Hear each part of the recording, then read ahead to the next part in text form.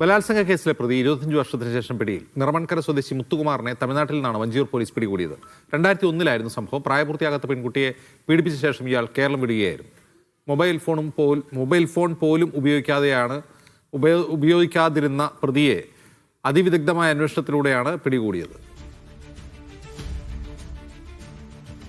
Sijo V John വിവരണമായി ചേരുന്നു. സിജോ, എങ്ങനെയാണ് police ഇയാളെ പിടികൂടിയത്? വളരെ ആസൂത്രിതമായി നടത്തിയ ഒരു അന്വേഷണത്തിലൂടെയാണ് വഞ്ചിയൂർ പോലീസ് ഈ മുത്തുകുമാറിനെ പിടികൂടുന്നത്. നമ്മൾ ഏറെ അഭിനന്ദനം നൽകേണ്ടതാണ് ഈ വഞ്ചിയൂർ പോലീസ്. നമുക്ക് ആദ്യം തന്നെ എടുത്തു പറയണം. കാരണം അത്രയും ഒരു എഫേർട്ടാണ് വഞ്ചിയൂർ പോലീസ് എടുത്തിരിക്കുന്നത്. 25 വർഷം മുമ്പാണ് ഇത്തരത്തിൽ ഒരു വിദ്യാർത്ഥിനിയെ പീഡിപ്പിച്ചതിന് ശേഷം ഇയാൾ ഒളിവിൽ പോകുന്നത്. അതിനുശേഷം കേരളം വിടുകയും ചെയ്തിരുന്നു. ഇയാളെ കുറിച്ച് പിന്നീട് മറ്റു തരത്തിലുള്ള വിവരങ്ങളുമില്ല. ഇയാളുടെ ബന്ധുക്കളെ കേന്ദ്രീകരിച്ച് അന്വേഷണം നടത്തുന്നു. അപ്പോഴും യാതൊരു തരത്തിലുള്ള വിവരവും കിട്ടുന്നില്ല. പക്ഷെ ഇയാളെ കണ്ടുപിടിച്ചടങ്ങുള്ള ഒരു തീരുമാനത്തിലേക്ക് പിന്നീട് പോലീസ് എത്തുന്നു. അങ്ങനെയാണ് അതിന്റെ അന്വേഷണത്തിലേക്ക് കടക്കുന്നത്. പിന്നീട് ഇയാൾ ബന്ധപ്പെടാൻ സാധ്യതയുള്ള 150ഓളം ആളുകളെ കേന്ദ്രീകരിച്ച് അന്വേഷണം ആരംഭിച്ചു. അവരുടെ മൊബൈൽ ഫോണുകൾ പരിശോധിച്ചു. അപ്പോഴും കൃത്യമായ വിവരങ്ങൾ കിട്ടിയിരുന്നില്ല. പിന്നീടാണ് പോലീസിന് ഒരു കാര്യം മനസ്സിലാവുന്നത്. ഈ ഫോൺ വിളിക്കുന്ന ആളുകൾ സ്ഥിരമായി ഒരു ഫോൺ ഉപയോഗിക്കുന്നില്ല എന്നുള്ള കാര്യം ഉറപ്പായി.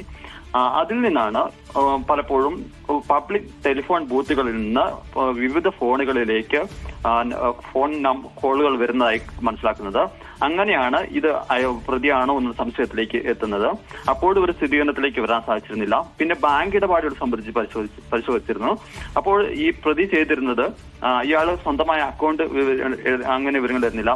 മറ്റു പല ആളുകളിൽ നിന്നും ഉപയോഗിച്ച് CDM ട്രാൻസാക്ഷൻ വഴിയാണ് ബാങ്ക് ഇടപാടുകൾ നടത്തുകയും ചെയ്തിരുന്നത് എന്നുള്ളതാണ്. പിന്നീട് ഈ പ്രതിയിലേക്ക് അന്വേഷണം എത്തുകയായിരുന്നു.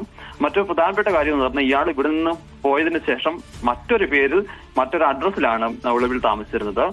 മുത്തുകുമാർ എന്നുള്ള പേര് അയാൾ മാറ്റി സാം എന്ന പേര് സ്വീകരിക്കുന്നു. അയാൾ മതം മാറുന്നു. അയാളുടെ ഒരു പാസ്റ്റർ ആകുന്നു.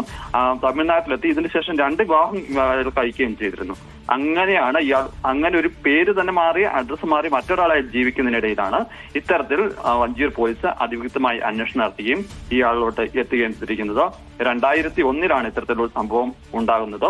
ഒരു സ്കൂൾ വിദ്യാർത്ഥിയെ പീഡിപ്പിക്കുകയാണ് ചെയ്തത്. ഇയാളുടെ ഒരു ട്യൂഷൻ ടീച്ചറായിരുന്നു. ആ കുട്ടിയെ ഈ ക്ലാസ്സിൽ നിന്ന് വിളിച്ചിറക്കി കൊണ്ടുപോയി സ്വന്തം വീട്ടിലെത്തിച്ച് പീഡിപ്പിച്ചു എന്നായിരുന്നു ഇയാൾക്കെതിരായിട്ടുണ്ടായിരുന്ന കേസ്.